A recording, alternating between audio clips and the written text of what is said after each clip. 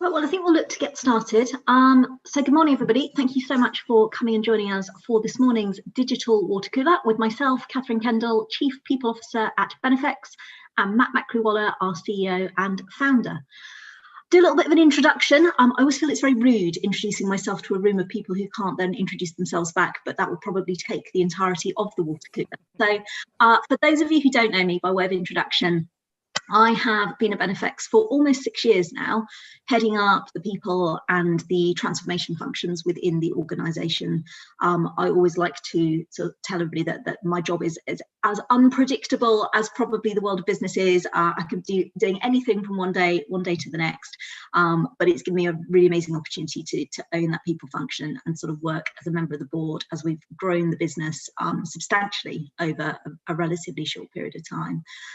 Matt, over to you. Do you want to do a bit of an intro? Yeah, sure. Matt Macri-Waller, so founder and CEO.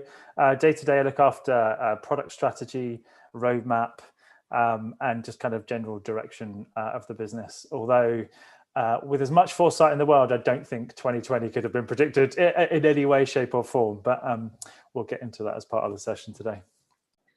Absolutely.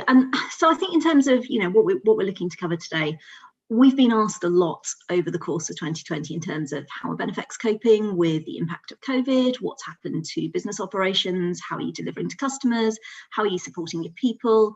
You're a business that has always made a lot of the importance of culture. How has that been impacted? And so really, it's slightly Matt and I indulging ourselves, I suppose, and doing that kind of like navel gazing reflection on where we've come to in such a relatively short period of time. But I mean, Matt, I guess let's start with your comment just then. So rewind back to December last year, Christmas, when we were all allowed to touch people and things like that. That sounded a lot weirder than I meant it to. But kind of coming into January, and we were talking about strategic plans for the business. I mean, clearly none of us had a crystal ball to know what was coming, but was there any part of you that thought we were going to see anything on this scale in 2020? No, I mean definitely no, right? I think I'm lucky enough that obviously Benefex is my kind of day job, but I've invested in and involved in lots of other businesses as well. And I think the fascinating thing when you talk to customers or when you look internally is I don't think anyone could have seen this, right? And no one's ever had a kind of pandemic plan, right? I just don't think it existed. And so you suddenly saw customers, you suddenly saw businesses we were involved in having to suddenly dramatically change. And, I know we'll get onto it later on. The shift from us to things like remote and those types of things was actually relatively straightforward. But for some of our customers, where that just wasn't even in their planning, it's been a massive shift. But no, I don't think if you'd have asked me, in January, the plans for the year, I'm not sure. Being at home and being a kind of talking head for 90% of my days was going to be top of that list. But there's obviously been positives as well as negatives. But I think I definitely don't think you could have predicted it. Definitely couldn't have predicted it at all. I think it's been an absolutely fascinating experiment in remote working and all sorts of things in between, which I know we'll dig into in this session, but just definitely couldn't have predicted it. No, agreed. And for me, I think one of the most fascinating things has been actually in respect of that change, because I've worked in a lot of different organisations, and obviously through the work that we do, we interact with a lot of businesses. And I think most organisations would talk about the amount of red tape that there has always historically been around change. I mean, I think if you look at most businesses and said, right, we're going to talk to you about moving to 100% remote working setup, I imagine most organisations would have said, well, that's probably 18 months, 2 years in the planning, and there's a load of steering groups you've got to go through, and you've got to put your business case. And for me, I think what 2020 has really brought to life is the art of the possible, and actually that some of the things which historically organisations have procrastinated over or put red tape in place and said there's a certain methodology that we need to go down.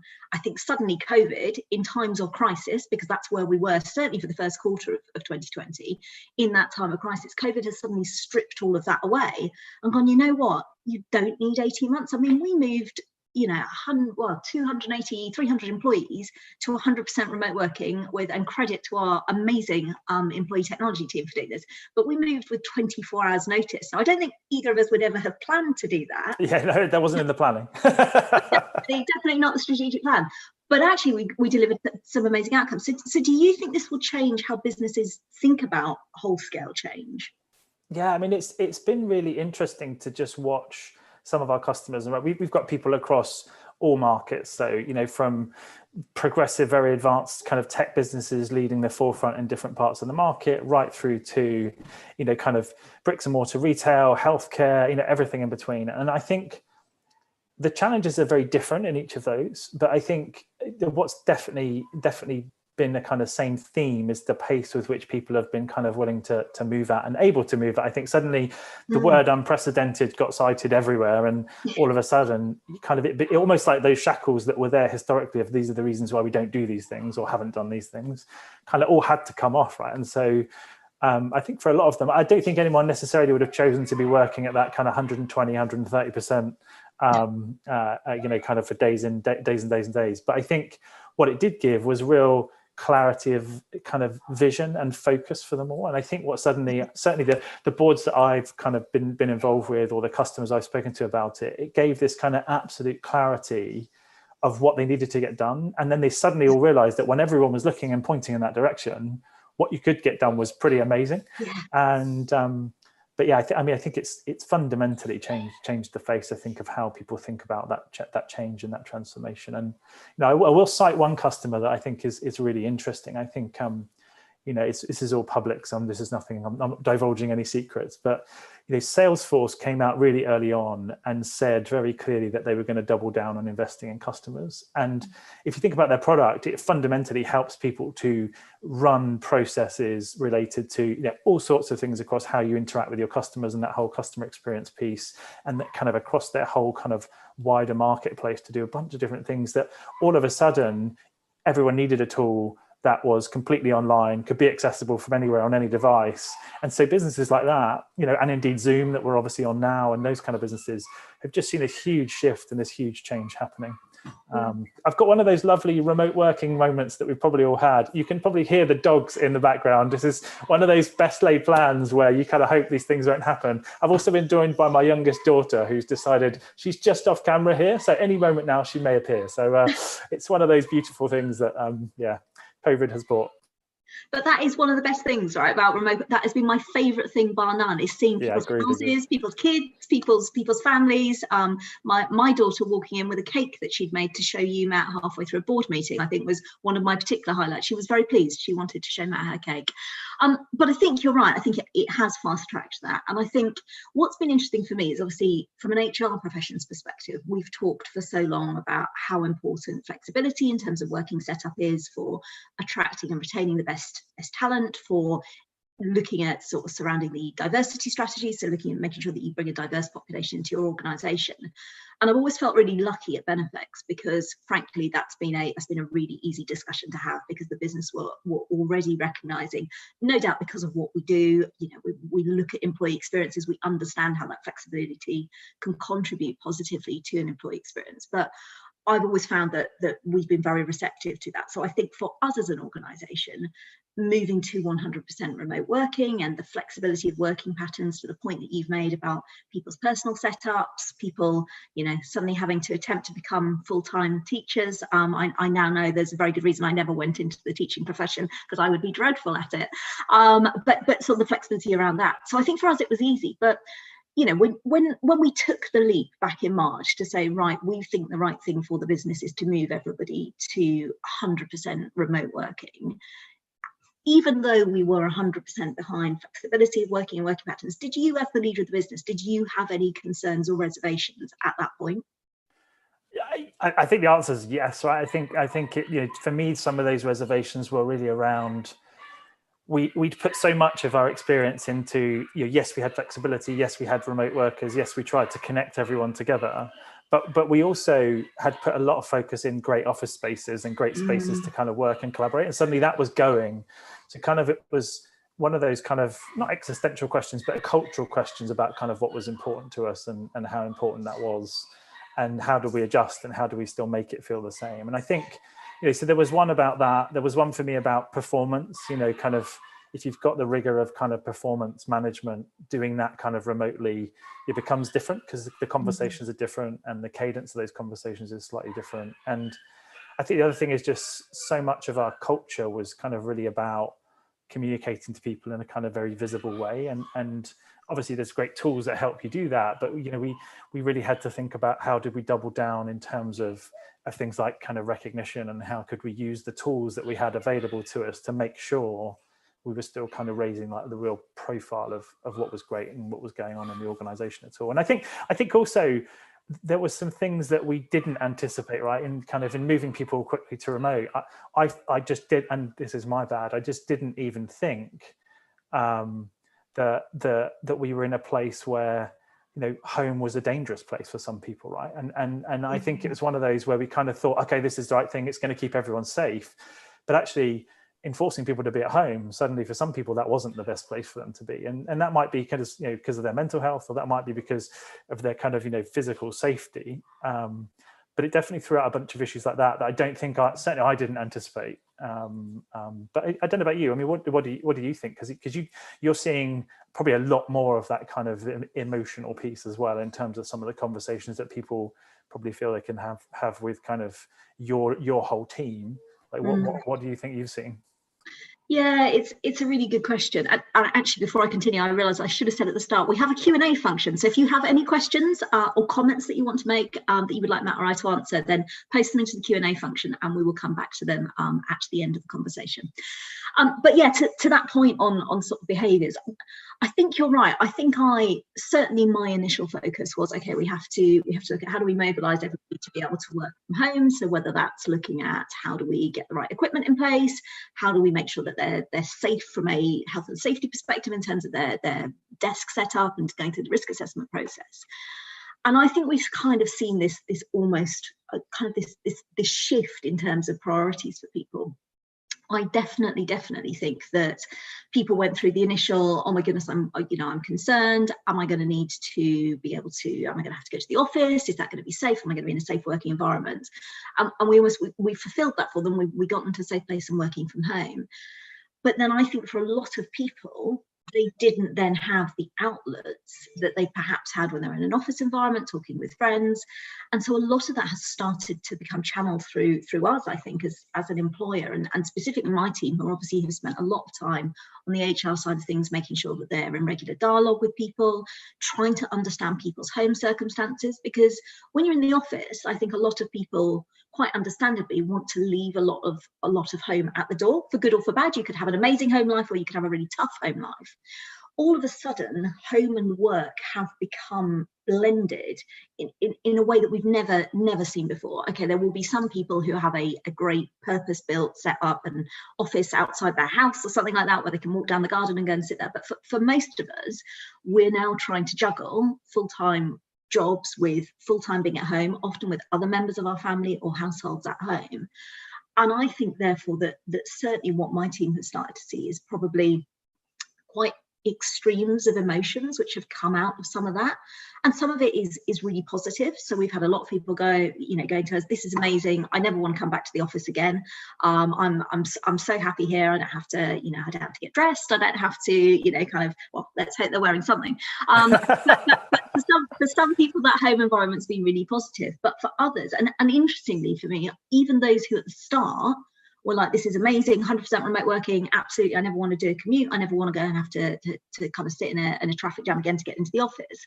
We're starting to see that shift now, and we're starting to see people struggling because they don't have that outlet, because either they're not seeing friends or colleagues face to face, they're not coming into the office to be able to do that, and therefore those extremes of emotions I've probably seen, and I like to think we've got a very open culture anyway, but I probably think I've seen more heightened emotions from our employees. And I know, speaking to my HR network, that's not just a Benefex thing, that's across organizations, than probably I've seen in my career to date. Because I think, again, for most people out there, this is going to be the biggest macro level thing that has happened in their lifetimes and in their worlds at work. None of us went through sort of the world wars and things, so actually this is the first big game-changing, really quite frightening and out of people's control situation that they probably had to face.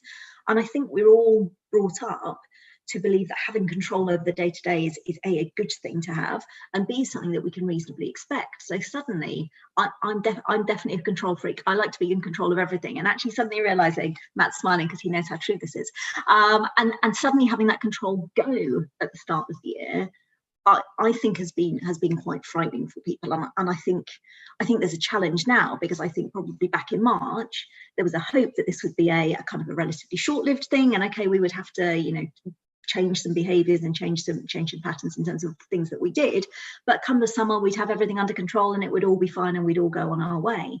And I think what we're now seeing is that no, actually this is a much longer term thing, and hopefully there may or may not be a vaccine or a decent treatment coming through at some point, but we're going to be like this for the long term.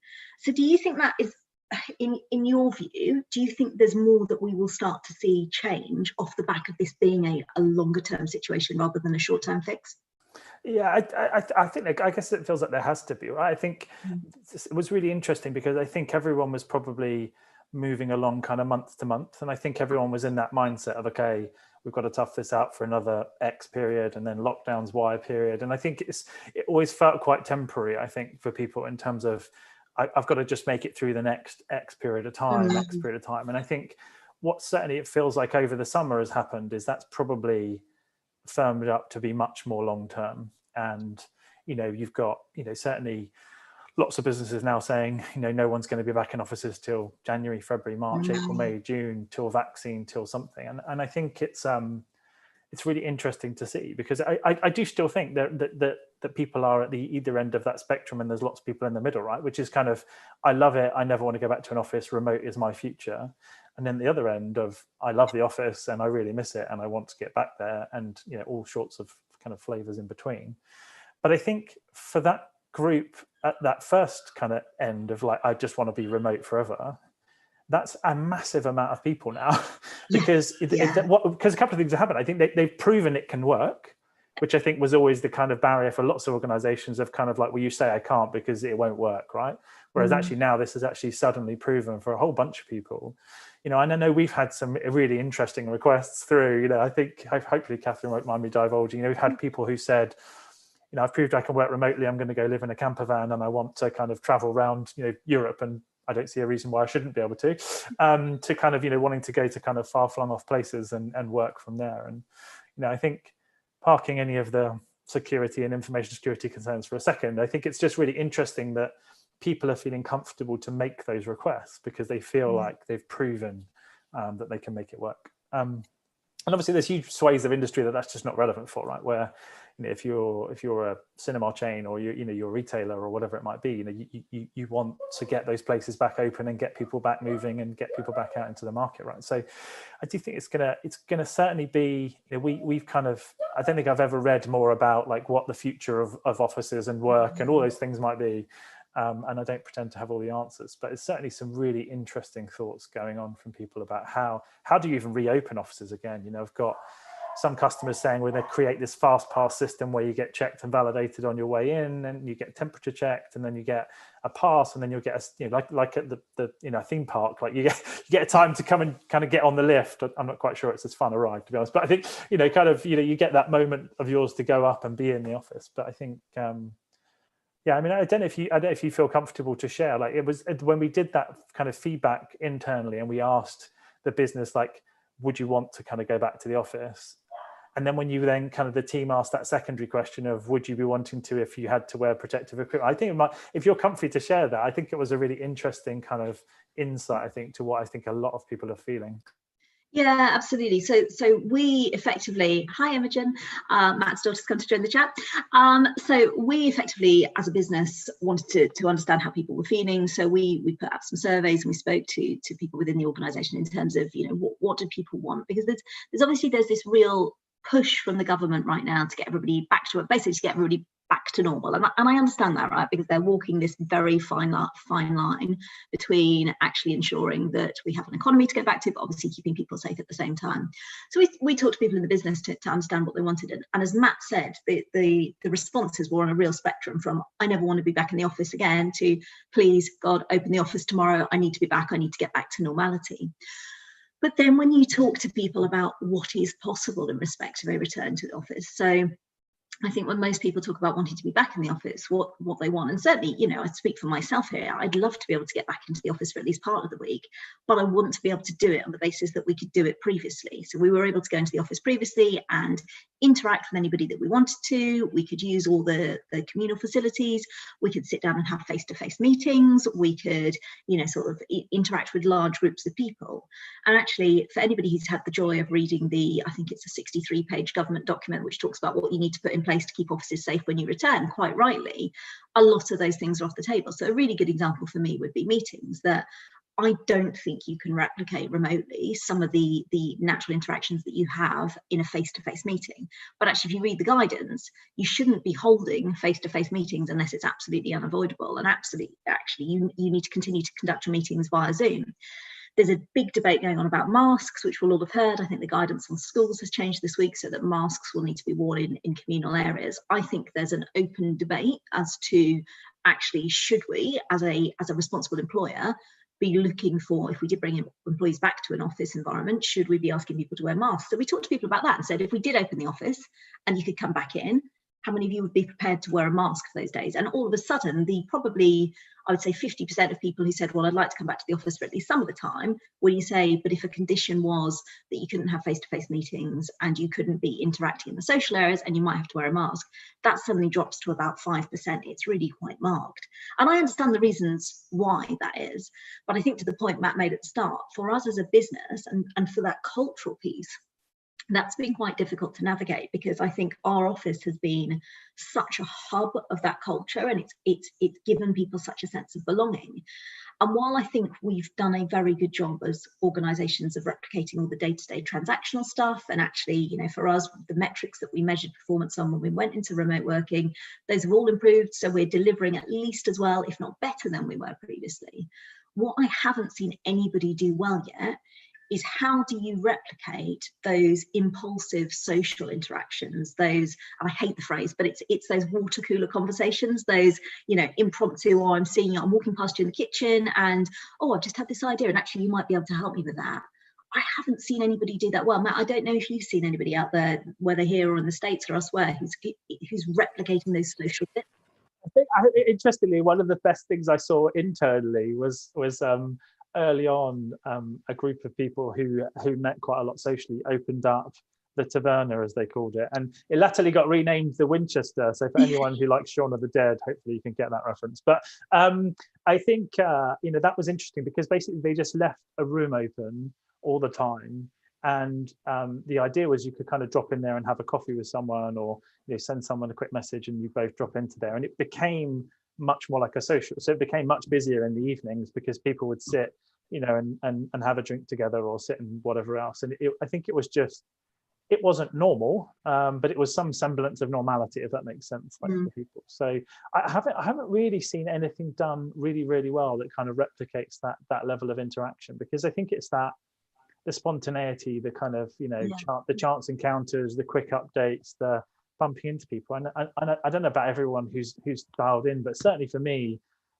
those interactions were not only super fruitful, but they were really quick as well. And I think the same is true with the phone. Like, you'd have a check-in with someone, or someone would call you with just a quick, like, oh, I was thinking about this, what do you think?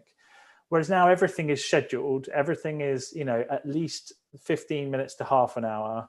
And because of the level of pressure, I think the world is putting everyone under, just in terms of like pandemic and everything everyone's thinking about. And like Kathryn said earlier on, you know, everyone's homeschooling, everyone's, you know, all these other kind of things that are going on. Typically you spend the first 5 to 10 minutes just having a conversation about how are you coping, right? And so all of a sudden those kind of quick interactions and the quick things that you used to do kind of have disappeared. And I think it's kind of becomes almost like I personally don't thrive massively in kind of, you know, sit in this chair at 7 a.m. in the morning, get out of this chair at 7 p.m. at night. I think it's I haven't seen anyone do that really well, but I'd welcome any feedback anyone's got about that kind of stuff. But you know, we are trying lots of different things, but I guess the one I've seen that's been most successful is probably the Winchester, as it's called. We love a good movie reference. It's like one of the only movie references I would get as well. So yeah, my film watching sphere is quite limited. But I think you touch on a really good point there, which is, and as we move on to sort of talk about what we think the future of work potentially holds, I think one of my biggest concerns that I've seen when I look across our employee population is the delineators between home and work are gone. For a lot of us now, we now work in the same space that we eat, that we spend time with our families in.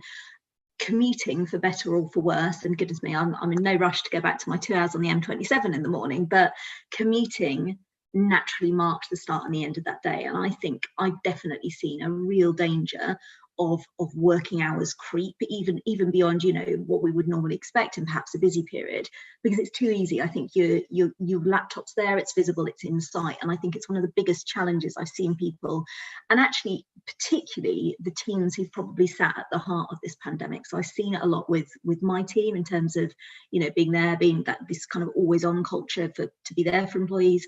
I've seen it with IT teams, so those supporting the tech, the enabling us all to stay connected. And I've definitely seen it with people managers, again, that responsibility to be there for people. And I think it's something that when we look at what the future of work looks like, it's something we have to find a way to navigate around, because if you haven't got that clear delineation, be that a commute or whatever it is, how do you stop home and work just continuing to blend and blend and blend to the point actually it's going to start to be really potentially quite damaging on people's well-being as well? So I don't know what your thoughts are, Matt, on that.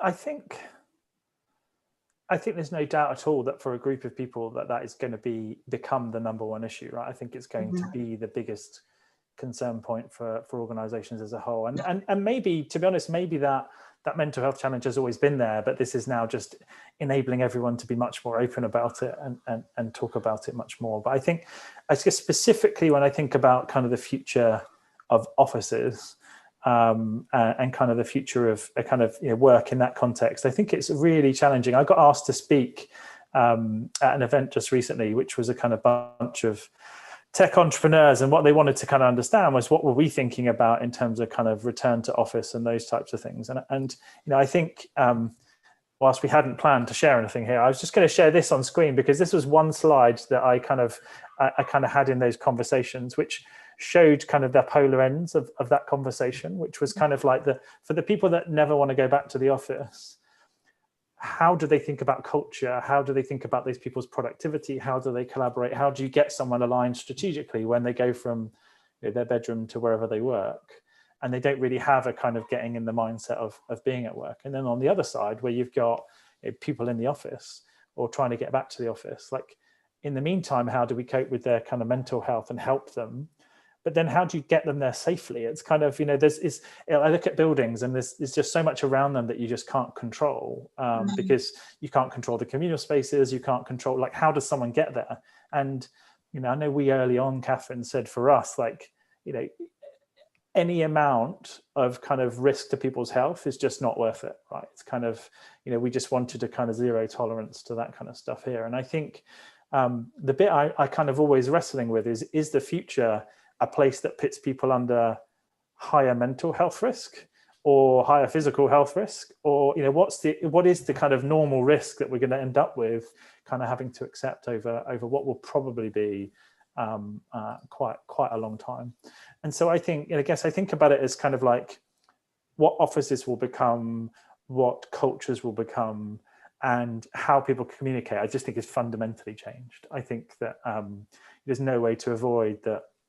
You know, I think if you look at most organizations culturally, communications were very sporadic, very top down, very kind of, you know, structured in quite a legacy way. And I think that to a customer, I think everyone's having to rethink all of that.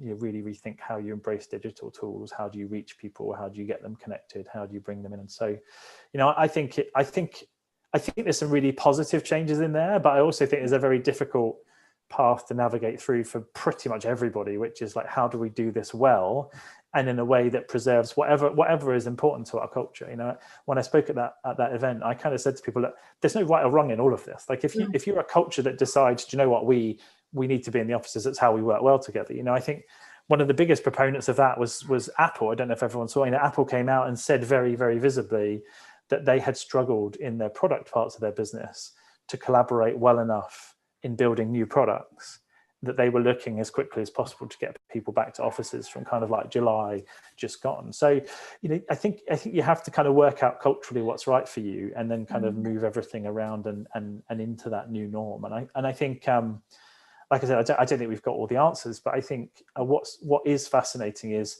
I definitely think it's changed permanently. I can't imagine it going back. I cannot imagine the thought of that.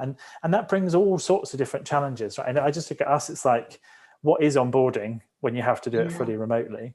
What is kind of, connecting people to their team when you have to do it fully remotely? What are all these things, and how do they really work? Because I think everyone's created this kind of exceptional during this period where you just feel like, okay, it's an exceptional event, so I'm going to kind of live, on both sides, I'm going to kind of live with how this works. But as it becomes, that's the way you do it, then I think you're going to have to work that one out. And I personally think a lot of the market's going to end up in some kind of hybrid, right? You're going to end up in this kind of hybrid place. But what does hybrid really mean? So like, is it, I've got discretion over when I come to the office and when I don't? Is the office just a place where we kind of collaborate on different things? Can I, if the second you have one person remote, I think we've all now realized that for those people who used to be remote a lot, connecting them to everything that was going on is quite a different thing. I think it's kind of actually, you suddenly realize probably how much they felt excluded from. And so, I've seen a lot of companies start to say, well, even when we've got people back at the office, we'll all dial into Zoom or Teams or whatever to just, do that. And I think it's kind of wrestling always with that, the kind of cultural pieces of that as well. And I think, one of the reasons right early on during the pandemic, we offered our recognition product for free to kind of, any customer, and we offered it for, 6 months free for anyone who was kind of frontline in healthcare, was just because we recognized ourselves that connecting people culturally to like what's good behavior, what's good outcomes, what's good, in terms of the way that someone conducts themselves in this new world, was something that you just couldn't do without that kind of tool to kind of help reinforce that all the time, regardless of kind of where you were. I also think that, when you look at the core of what we do around kind of things like benefits as well, the strain put on the benefit system going forwards, I think will be really different. I think the types of benefits people will put in to kind of align to that culture will be so different than perhaps historically they were. And I think there's definitely been some challenges there for providers, right? So, some of the providers who provide gyms, for example, some of the ways that kind of those things got managed during the process, were kind of a bit hit and miss in places. But I think we're going to see this whole new advent of different things that will come out where, there'll be much more around, deliveries to home and subscribing to different things that are all related to home. And, I just think all of a sudden, I think there's just a very, very different mindset that I think we will all have to kind of how we think about these things. I mean, do you echo that, Kathryn? Like, what do you think kind of the future's going to end up as in terms of like when you look at where do you think kind of what can you see in the next kind of couple of years and then a bit further out? Yeah, it's really interesting. I mean, I think 2020, while I would definitely not want to go through it again, has in many ways been it's been an opportunity, right? Because it's fast tracked a load of that change that, a number of us have been banging the drum for years in terms of more flexibility, greater choice, recognition of the fact that actually people are individuals and therefore have very individual requirements. It's almost one of the things of careful what you wish for, because while it's brilliant that we fast tracked that, I think even now we're only just getting our heads around the magnitude of the challenge which therefore lies ahead. Because actually the big advantage of having the majority of your population in one place is that you can take one very consistent approach to communications, meetings, structure, performance management, etc., etc. What we're definitely seeing is that actually probably everybody at Benefex has got a slightly different view on what for them would work going forward. For some, it will be 100% remote, but I still think those will be in the minority. For some, it will be 100% in the office. I probably also think those will be the minority. I think you're right. I think people want this hybrid approach. And in many ways, that's great because that's going to give people the choice and the flexibility.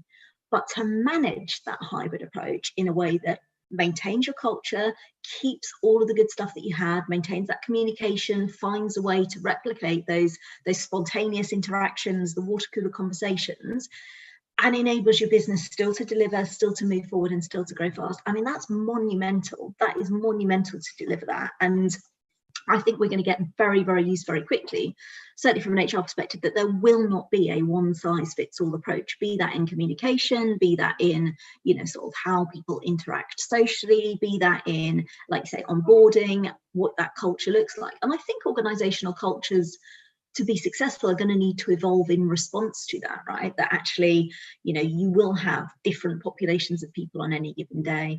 I also think that we'll stop seeing the office as a destination, almost kind of like a blind destination that you go to no matter what. I think it will become activity driven, and I think it will become purpose driven. So if I'm coming to the office, maybe I'm coming because I've got a strategic team meeting that day, and actually as all of us being together to brainstorm and be creative, that makes sense. But to your point, I don't think you will just blindly come in at sort of 8:30 on a Monday morning because that's what you've always done. Because I think we all, we all suddenly realise that commuting takes a big chunk of time out of your day. Our time is precious, and therefore, if we're going to take that time out of the day, we need to ensure that there's the value being delivered when we get there. But I think, to sort of the ever evolving war on talent, and how do we retain good people. I think this will become front and center in terms of, what an organization needs to do, what the best employers will have creative means of communicating and working with their people, regardless of what an individual working pattern looks like. But I think we'll start to see people vote with their feet. And I also think we focused very much today on organizations where people are able to move to more of a remote setup. Clearly, if you work in retail, you can't work from your home in order to be able to deliver to those customers. So I wonder whether we'll also start to see people making actually career choices and job role choices based on, for some people, I've got people that I work with very closely who have desperately missed that day-to-day face-to-face interaction, have really struggled with that. There are other people who actually potentially will now make career choices based on, well, if I go down this route, I won't have that flexibility. So I think genuinely, without wanting to make sort of, over exaggerated statements, which I'm sometimes prone to do, I genuinely think this potentially changes the entire future of work and everything around it. Yeah, it's really interesting. I just think it's there's a lot to be thought through, I think, as well as everyone gets to that, because I think it's I think the most polarizing things I've seen are kind of things like some organizations just kind of go, right, we're going to go 100% remote. And I think in some types of organizations that works, and in others it doesn't. And if you come from an environment that was either some kind of hybrid or largely in offices, you would have to expect, if you move to fully remote, not everyone will stay. And I think that's the thing, is everyone thinks, oh, it's because I feel like it's a good thing and it's been easier to be at home and all that kind of stuff. Everyone will feel like that. And I think that just won't be the case, But you've already started to see, I think I've certainly started to see this kind of war on, okay, well, if you choose to be remote, you get another £500, pounds, dollars, euros a month, where that enables you to get a bigger flat or a place that's got a kind of a working space from home, and we'll give you $1,000 to kit out your home office and all those kind of things. And we're starting to see some of that come through, as you said, in kind of the kind of competitive kind of people kind of trying to hire the best people. Yep, no, 100%. Conscious that we're nearly at time, we're going to have some time for some questions. I guess if you had one thing, Matt, that you would take away from 2020 so far, that in terms of kind of learnings or things that you would take from it, what would your one thing be?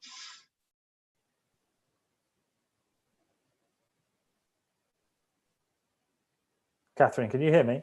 I can hear you now. I lost you briefly, but we're back now. Sorry, I think you said one thing from 2020 and then I completely lost you. Again, a glorious home working moment. Good. We love an internet connection. But yeah, if you had one thing that I guess you would take from 2020, learnings or whatever, what would that one thing be? Gosh, I think I guess it's probably a big one. I don't want to sound kind of woolly, but I think that kind of focus trumps all. I think that actually you suddenly realize how much people can achieve when lined up behind something, and all pointing in the same direction. And I think all of a sudden, with the pandemic, everyone had not only a kind of common enemy, but a kind of common cause to kind of work our way around it, to kind of get to a good outcome collectively. And I think, to me, it's just reinforced that actually, if you can, let's dial it down a bit from like 130% to maybe kind of 70, 80, 90 most of the time. But I think if you could get that focus from people ongoing, then I think what people can achieve is just massive. And I think in the stuff I saw, it cut through bureaucracy, it cut through politics, it cut through historic blockers, it cut through technological barriers. Just all of these things suddenly just fell by the wayside because it was we've got to get to this outcome. And so how do we do it? And so I would have said, focus. Yeah. And at home that, alpacas fix all, because my wife bought some during lockdown. So my kids have loved that. So because that's what you need in 2020 is more chaos. What you need is just more animals. That's what I've been conditioned to believe. It's very good. I go with that entirely. How about you? I didn't realize you're going to put me on the spot as well on that one. So biggest learning in 2020, it's a bit of a fappy one. I think it's taught me what really matters. And I know that sounds a bit ridiculous, but I think sometimes we all move so quickly all of the time, and there's always new and interesting stuff for organizations to be looking at. There's always kind of new things coming out. But I think suddenly this year, on both a professional and a personal level, it's taught me, I think, what really happens. And while, I've always been of a view that doing new and interesting and great stuff for our employees is really important, and giving them a brilliant employee experience is really important as well. But actually sitting right at the heart of all of that is keeping them safe and keeping them well. And I don't think I've definitely felt this year more of a real fundamental responsibility to actually make sure people are okay. That's been so important. And I think, it's definitely taught me that, we can have all the great, whizzy office environments or lovely future thinking policies and all of that, but actually if people aren't safe and well and okay, then really none of that matters. So I think for me that. Yeah, and you said that great thing to me the other day, where it's kind of like the kind of hierarchy of needs suddenly became real, right? Like you couldn't get food, and therefore kind of saying to people about work and getting involved in that when they kind of couldn't work out what they were going to give their kids to eat was kind of a slightly different priority order. Absolutely. We're people that love questions. If you've ever kind of been kind of heard anything about us culturally, we have a very open culture. Every month we kind of do a kind of all hands. We do these weekly updates that we've been doing since kind of COVID started, and we kind of encourage anyone to ask any question. So they are weird and wonderful occasionally, but if you've got a question at all, and we genuinely don't mind what it covers, please do post it into the Q&A now, and we'll do our best to answer. Have we got any questions? We have got a question that has come through from Keenan. Thank you, Keenan. So Keenan says, what would you both say have been the positives and the negatives in your own lives when it comes to working from home full time? Matt, do you want to go first? I was hoping to hear yours first. So for me, I think there's been lots of positives, actually, in and amongst trying to manage, your own anxiety about everything that's going on and your worries and your concerns. I think, I've never seen my kids more than I have in the last, since lockdown started. And I think for me, it's kind of just helped me kind of actually get a bit more balance, because a lot of what I was doing was kind of lots of travel at both, across the UK, but also around the world. And all of a sudden, I think you kind of get to be back in that kind of home environment. And I also feel like it's been very productive for me in the sense of kind of how to structure time, structure days, kind of how to work, kind of how to get things done. I think I'm going to give you a bit of insight to our family here. Kind of my 4 children are all homeschooled anyway, so it wasn't a huge change for us when it came to kind of the shift to kind of everyone being remote and kind of and being at home. I think there was the flip side is kind of the kids, I think, craved sometimes seeing their friends, or when am I going to see nan and granddad again, not pixelated, but I think it's one of those things where we just had to kind of go through that. How about you, Kathryn? Yeah, it's interesting. I mean, obviously there's been a lot of negative stuff this year. Clearly, that the whole uncertainty of a completely novel virus sweeping the globe is fairly unsettling at the best of times. So I could dwell on the negatives in terms of how that's personally impacted us. But for me, there've been far more positives, and they've been really wide ranging. I mean, we were chatting just before this call. I'm lucky. My children are nearly, this is when I forget how old my children are. I've got one who's nearly 10 and one who's nearly 13. So actually they're at an age where they're actually genuinely really good company to be around. I think if this had happened probably 5 years previously, I might have a very different view. But actually we feel as a family that we've been really lucky to have kind of quite a unique period of time together, which probably no other generation will have in quite this way. So there's been a lot of positives there. on the work front, I definitely think, we've all commented on, I think, as a board group through crisis, we've probably been brought closer together than I think we ever have been before. And actually, you have had that little insight into people's lives. I genuinely think it's helped us to work better as a group. It's helped us to be more effective. It's helped us to make faster decision making. So I think, funnily enough, in a time where we couldn't be, you couldn't be physically together with colleagues at all, I actually think that arguably I've formed probably some of my strongest relationships out of this as a result, and I think it's brought us together closer. So I am someone who tends to try and focus on the positive, but I will genuinely take a lot of positives out of this year, and not having to sit in the M27 roadworks every morning without a doubt is probably at the top of that list. Just to build on that point, not the roadworks point, but the other point is, like, I've also loved seeing people's goings on and family and home, and I'm forever trying to see what books people have got behind them when they've got like a bookshelf and stuff like that. But I just think it's that kind of, I think it just enables you to connect a bit better with people as part of that. I think we've had another couple through, Kathryn. I'll ask this one. So what's the toughest decision each of you has had to make during the last 5 months or so? That's a good question. I'll happily do mine. So I was unlucky enough to catch COVID end of February, and my whole family went down with it. And so it took me personally about 6 weeks or so to recover. And so kind of having to actively take a step back at a time that was kind of, obviously we hadn't yet gotten to lockdown formally and all those kind of things. I think my first day back in the office was a kind of all employee presentation to let everyone know we were going to be remote. And I think Kathryn and I spoke briefly before it. I was struggling to breathe and get sentences out. And so I think just kind of having to then feel like you weren't kind of being visible and kind of present when people really needed it, I think was very difficult for me. But it was, it was the right thing to step back and let the team run. And to be honest, you guys did probably a better job than I would have done. So, but and then kind of being back when it came to full lockdown was great to be.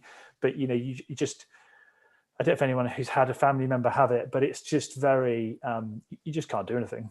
You are just in the middle of it, and you got to get out the other side of it if you're lucky. So I think it's kind of one of those things where, that would probably be my low light, definitely. Justifiably so, I think. I think for me, we've obviously recently communicated to employees in terms of our thoughts on when the office will reopen, and we've made the decision at the moment to be cautious, see what happens with schools going back.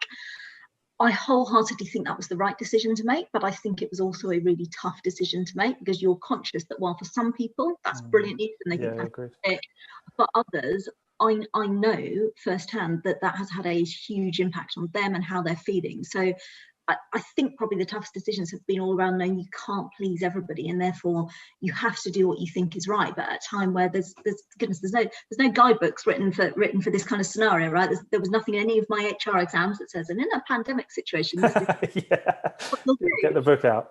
Yes, but I think it's been making those decisions that you stand by, and I wholeheartedly believe that's the right thing to do. But I also see and hear and witness the impact that has on people emotionally, and I think that remains something that's really quite tough to work through, would be my honest view. I think there's a kind of follow-on question we've had as well, which I think is really again, another really interesting one.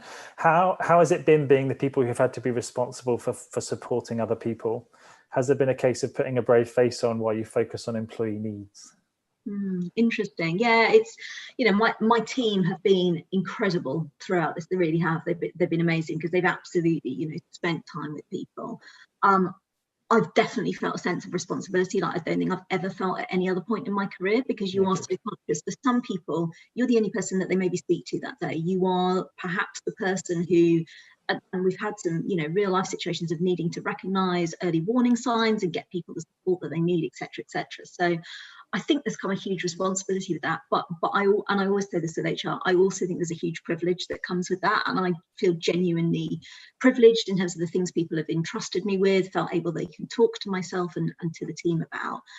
I'm not sure it's a case of putting a brave face on it. I've actually found it's been interesting chatting to sort of a few friends and family members who either are retired or are furloughed, so who haven't been working.